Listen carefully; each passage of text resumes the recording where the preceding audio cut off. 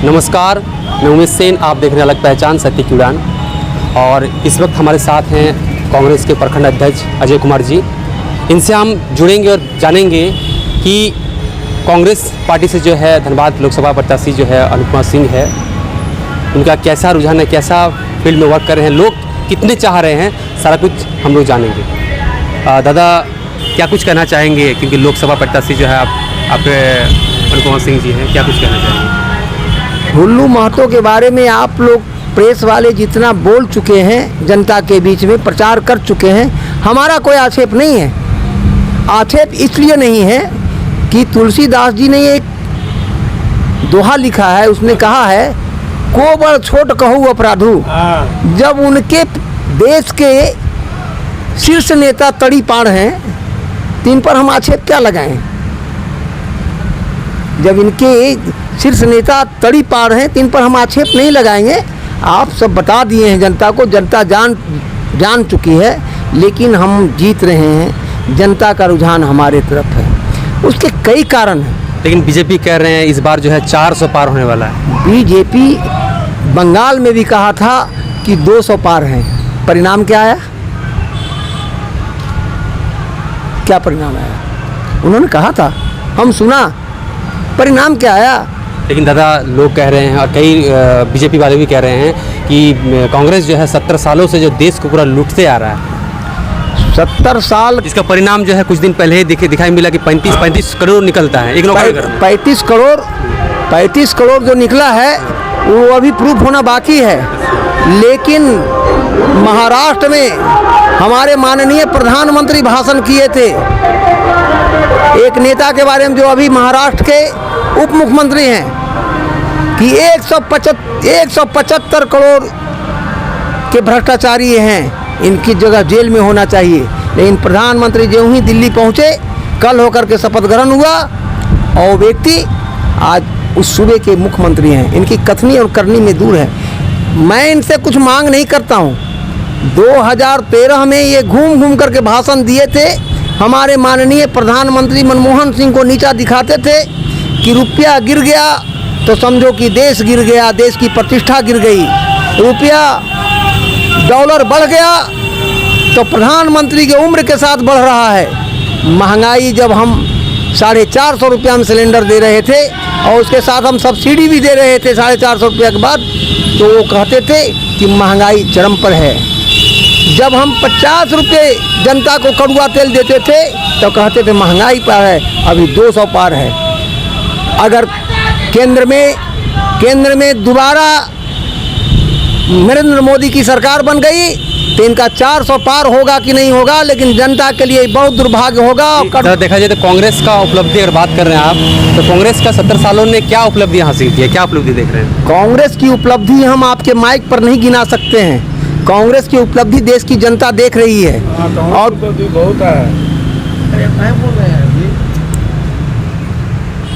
शिक्षा की क्षेत्र में हो, औद्योगिक क्षेत्र में हो, कृषि क्रांति के क्षेत्र में हो, और तो और हमने पाकिस्तान का नक्शा भूगोल बदल दिया।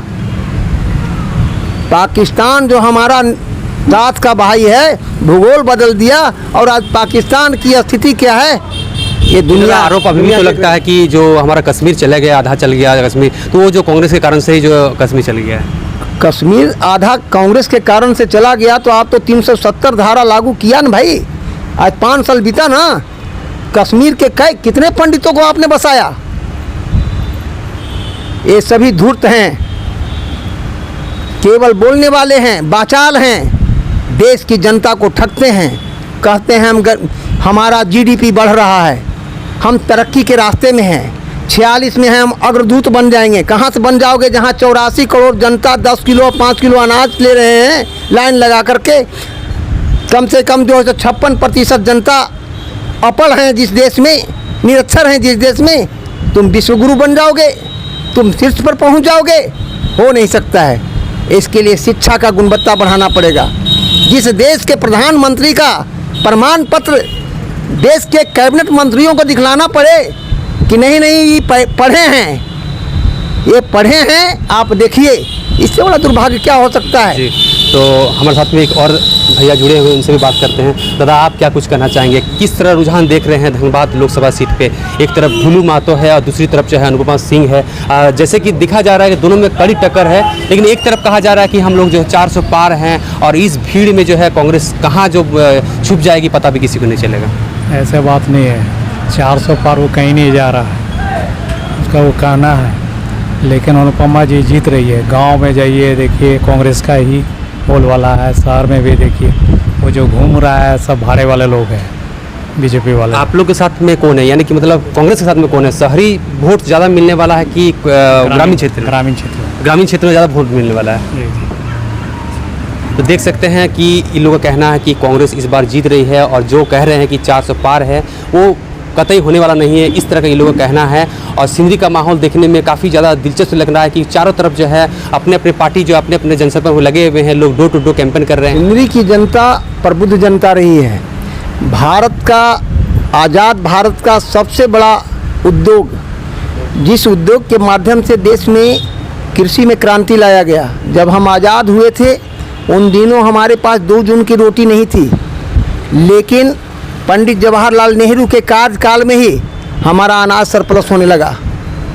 और श्रीमती इंदिरा गांधी ने तो ऐसा किया कि अनाजों का भंडार, जिस आज हमारे देश के प्रधानमंत्री जिस देश के राष्ट्रपति का तलवा चाट रहे हैं, उस देश के एयरपोर्ट से माननीय प्रधानमंत्री इंदिरा गांधी वापस आ गई थी ये कहकर कि जब तक मैं स्वावलंबी नहीं होंगे तब तक तुम्हारी धरती पर पैर नहीं रखेंगे। ये तलवा चाट रहे हैं। हर तरह से ये 10 वर्ष की सरकार जो है जुमलेबाज सरकार है, इसके सिवा कुछ नहीं दिया है। शिक्षा के क्षेत्र में गिरावट हुआ है, उद्योग में गिरावट हुआ है। सिंदरी खाद कारखाना बना है, हमारा पब्लिक सेक्टर बनाया है, लेकिन प्राइवेट सेक्टर को सौंपा गया है। HURL प्राइवेट सेक्टर है। अब धन खर्च हुआ है हमारा इंडियन ऑयल का, कोल का, NTPC का। इन बातों को आप ईमानदार पत्रकार हैं, ईमानदार मीडिया वाले हैं, लेकिन जो बड़े बड़े मीडिया हैं, जो घर घर में टेलीविज़न है, वो सब गोद में बैठे हुए हैं। असली बात कहते कहाँ हैं? 35 करोड़ रुपया पकड़ाया कि 35 करोड़ रुपया लेकर के वहाँ चला गया, ये तो प्रूफ होना बाकी है। हम हेमंत सोरेन पर कहाँ ज़मीन लिखवाया है हेमंत सोरेन? केजरीवाल को सुप्रीम कोर्ट क्यों छोड़ दिया?